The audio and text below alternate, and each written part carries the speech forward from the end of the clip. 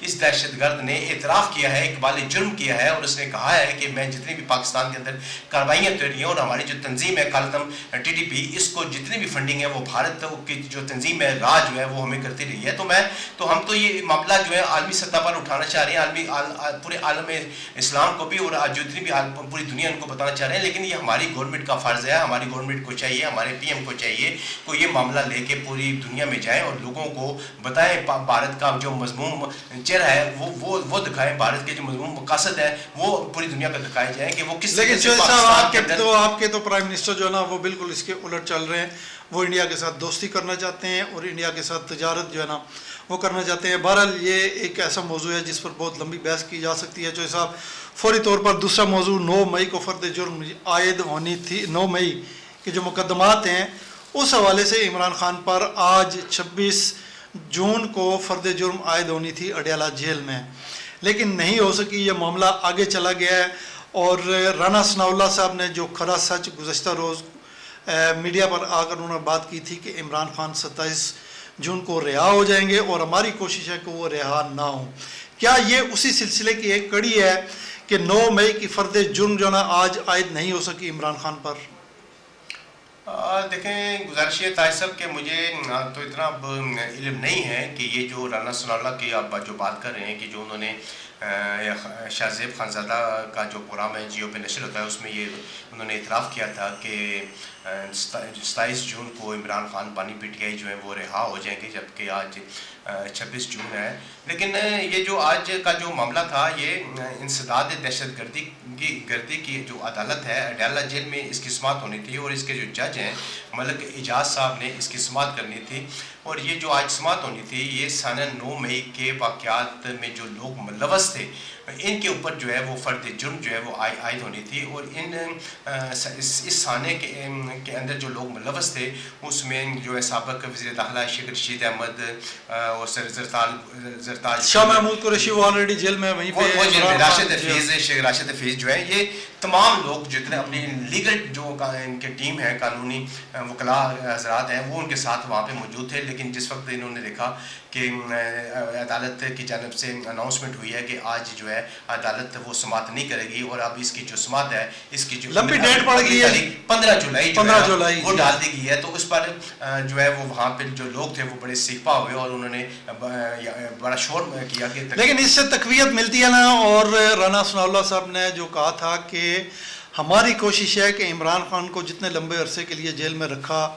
جائے ان کو رکھا جانا چاہیے, تو یہ اسی سلسلے کی ایک کڑی لگتی ہے. چوہے صاحب مجھے, میں آپ سے یہ پوچھ رہا ہوں. ہاں بالکل طاہر صاحب, آپ مجھے واقعی اپنے دوبارہ جو ہے نا میں آپ ٹھیک ٹریک پہ اور ٹھیک موقف پہ آپ لے کے آ گئے ہیں کہ یہ جو بات انہوں نے بالکل اس چیز کا برملا اظہار کیا ہے کہ عمران خان صاحب کی جو رہائی ہے وہ تو جو ان کے اوپر کیسز ہیں ان کے نتیجے میں ممکن ہے کہ وہ اگلے چند دنوں تک رہا ہو جائیں, لیکن حکومت کی جو خواہش ہے اور حکومت چاہتی ہے کہ بانی PTI کو زیادہ سے زیادہ دیر جو ہے وہ اندر رکھا جائے, کیونکہ ان کا باہر آنا پاکستان کو جو ہے وہ کیا کہتے ہیں غیر مستحکم کرنے کے برابر ہے, اور ہم نہیں چاہتے کہ پاکستان جو ہے غیر مستحکم ہو. اس لیے حکومت چاہتی ہے کہ عمران خان صاحب زیادہ سے زیادہ دیر جو ہے اندر رہیں, لیکن ہم ان تمام چیزوں کو جو ہے وہ لیگل طریقے کے ساتھ جو ان کے اوپر کیسز ہیں ان کے تحت جو ہے وہ اندر کیسز میں تو کچھ بھی نہیں ہے, اسی لیے رانا ثناء اللہ صاحب کہہ رہے تھے. اور دوسری بات یہ ہے کہ رانا ثناء اللہ صاحب ظاہر ہے حکومت کے نمائندہ ہیں, تو حکومت جو ہے وہ ڈر بھی رہی ہے اور ڈرا بھی رہی ہے. تو اس طرح کی صورتحال ہے, اسی لیے جو ہے نا 9 مئی کے جو واقعات ہیں ان کی فرد جرم جو ہے نا عائد کی جانی تھی وہ نہیں کی انہوں نے. اور اس پر اور بھی کافی ساری جو ہے نا اس کے پہلو ہیں. چوہے صاحب بات وہی ہے ٹائم کی. میں فوری طور پہ اگلا سوال شیخ رشید کی پٹاری سے آج تازہ ترین پیشن گوئی. آپ نے بتایا کہ شیخ رشید بھی اڈیالہ جیل میں موجود تھے. اڈیالہ جیل کے باہر جو نا شیخ رشید احمد صاحب نے میڈیا سے ٹاک کی ہے. میں چاہتا ہوں انہوں نے جو کچھ کہا ہے وہ تھوڑا سا جو نا تفصیل کے ساتھ ہمارے ناظرین کو بتائیے. جی طاہر صاحب گزارش یہ ہے کہ جس وقت یہ سماعت ملتوی ہوئی تو اس کے تھوڑی دیر بعد ہی جو ہے نا شیخ رشید صاحب چونکہ وہ اس انسانی 9 مئی کے کیس کے ملوث ہیں اور ان کے اوپر بھی فرد جرم عائد ہونی تھی تو انہوں نے فوری طور پر جو ہے نا وہاں پہ جو میڈیا آلریڈی کیونکہ وہاں پہ پہنچا ہوا تھا تمام میڈیا وہاں پہ موجود تھا تو انہوں نے اپنے بھتیجے راشد شفیق کے ہمراہ جو ہے وہ میڈیا سے گفتگو کرتے ہوئے کہا ہے کہ میں نہیں سمجھتا کہ عمران خان صاحب جو ہیں وہ جلد رہا ہو جائیں گے. کوئی بیوقوف ہی ہوگا جو سمجھتا ہوگا کہ عمران خان صاحب جو ہیں وہ اگلے چند دنوں تک رہا ہو جائیں گے. انہوں نے کہا حالات جو ہیں وہ بتا رہے ہیں اور حالات کا جو جس نہج پر جا رہے ہیں اس پہ بالکل یہ بات سوچی بھی نہیں جا سکتی کہ عمران خان صاحب جو اگلے چند دنوں تک رہا. انہوں نے بھی رانا ثناء اللہ کو سن لیا ہوگا نا, رانا ثناء اللہ صاحب جو کہہ رہے ہیں. رانا ثناء اللہ صاحب نے تو کہا تھا کہ عمران خان کی جو رہائی ہے وہ اگلے 1-2 دن میں متوقع ہے, لیکن ہماری کوشش ہے. صاحب نے کہا ہے کہ نہیں لیکن انہوں نے یہ بھی کہا تھا کہ ہماری کوشش ہے کہ جتنے زیادہ سے زیادہ لمبے عرصے تک ان کو اندر رکھا جائے. جی ہاں بالکل یہ کہا ہے انہوں نے, یہ تو سب جو ہے نا قوم نے سن لیا. تو اس میں جو ہے نا ایک شنید یہ بھی ہے کہ عمران خان کے خلاف جو ہے نا کچھ 22 یا 23 نئے مقدمات جو ہیں وہ بھی قائم کیے جا رہے ہیں, ان کی تیاری بھی ہو رہی ہے. جی بالکل آپ نے درست فرمایا سر. گزارش یہ ہے کہ آلریڈی اس کے اوپر اس وقت جو عمران خان صاحب کے اوپر مقدمات ہیں سر وہ ان کی جو ہے وہ کیا کہتے ہیں اس کو وہ ایک ایک کر کے ختم ہو رہے ہیں سینکڑوں کے حساب سے مقدمات ہیں. لیکن اگر حکومت میرا مطلب ہے کہ نہیں چاہے کہ ان کو باہر نکالنا تو ان کے اوپر اس طرح کے مقدمات جو ہیں وہ مزید بھی قائم ہو سکتے ہیں. لیکن آج جو بات ہو رہی تھی وہاں پہ جس وقت شیخ رشید صاحب نے کہا کہ مجھے نظر نہیں آ رہا کہ عمران خان صاحب کی جو جلد از جلد رہائی ہے وہ ممکن ہو سکے. دوسرا پھر انہوں نے حکومت پاکستان کو وارن کرتے ہوئے کہا کہ آپ خدا کا خوف کریں اور عوام کے اوپر جو آپ نے ظلم زیادتیاں جو شروع کر رکھی ہیں یہ فوری طور پر بند کر دیں. کینیا کی فلم جو ہے وہ پاکستان میں بھی دہرائی جا سکتی ہے اور آپ کو پتہ ہے کینیا میں جو اس وقت جو ہے وہ مظاہرے جو ہیں وہ انتہائی کشیدگی کی صورت اختیار کر چکے ہیں اور وہاں پہ کہ جو کینیا کے دارالحکومت ہے نیروبی وہاں پہ بے شمار جو ہیں وہ ہلاکتیں بھی ہو چکی ہیں اور وہ یہ ہلاکتیں اور یہ سارے مظاہرے آپ کو پتہ ہے کہ صرف اور صرف جو ہے وہ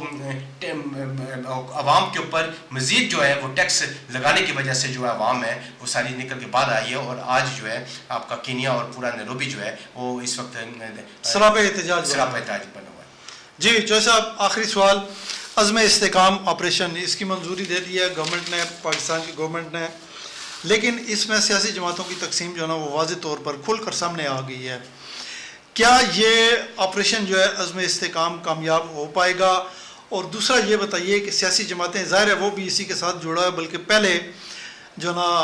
یہ پوچھا جانا چاہیے کہ یہ سیاسی جماعتیں ایک پیج پر آ سکیں گی یا نہیں آپریشن عزم استحکام کے حوالے سے, اور پھر یہ کامیاب ہوگا یا نہیں ہوگا. میں چاہتا ہوں کہ اس سے پہلے ماضی میں جتنے بھی اس طرح کے آپریشن ہوئے ہیں ان کے تناظر میں ان کو سامنے رکھتے ہوئے جو نا اس عزم استحکام آپریشن کا جو نا آپ تھوڑا سا انالیسس کریں, تجزیہ کریں.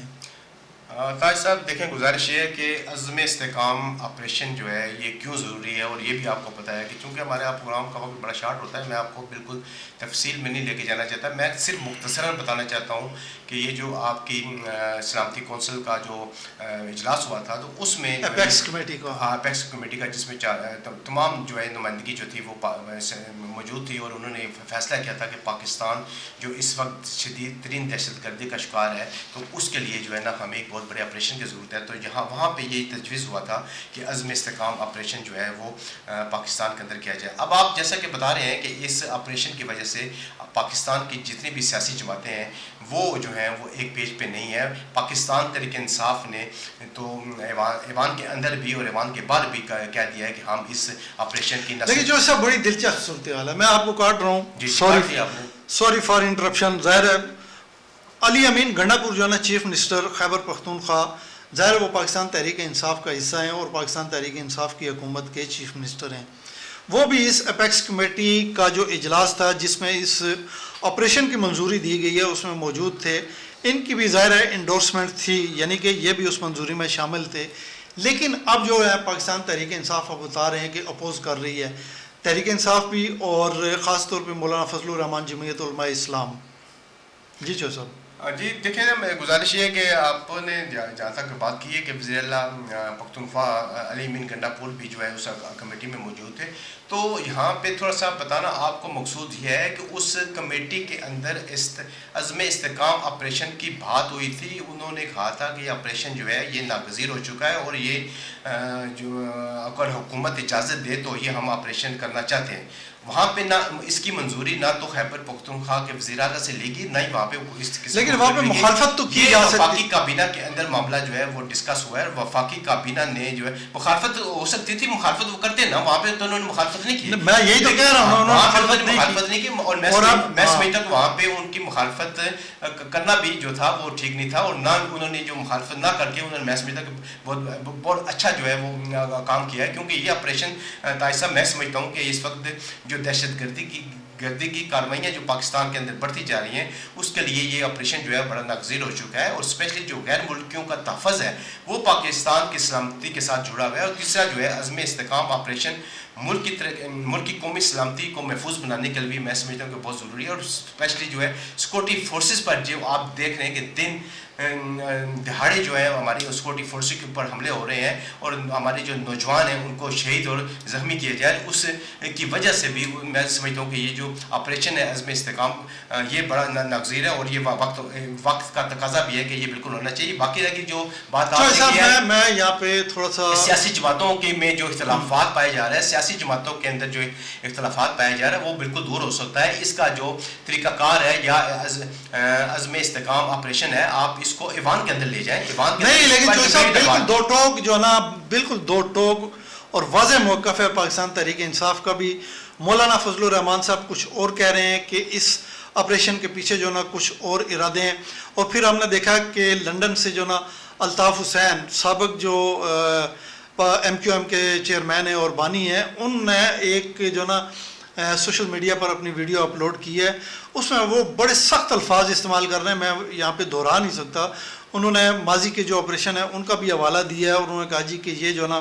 پختونوں کا خون بہانے والی بات ہے. پھر مولانا فضل الرحمان جو ہے وہ وسائل کی بات کر رہے ہیں. اسی طرح تحریک انصاف جو ہے وہ اس کو اس تناظر میں دیکھ رہی ہے کہ اس کی آڑ میں پاکستان تحریک انصاف پر ایک دفعہ پھر کریک ڈاؤن کیا جائے گا. تو یہ تحفظات ان جماعتوں کے، ان لوگوں کے، یہ کیسے دور ہوں گے اور یہ تمام جماعتیں کیسے ایک پیج پر آئیں گی اور کس طرح یہ کامیاب ہوگا آپریشن؟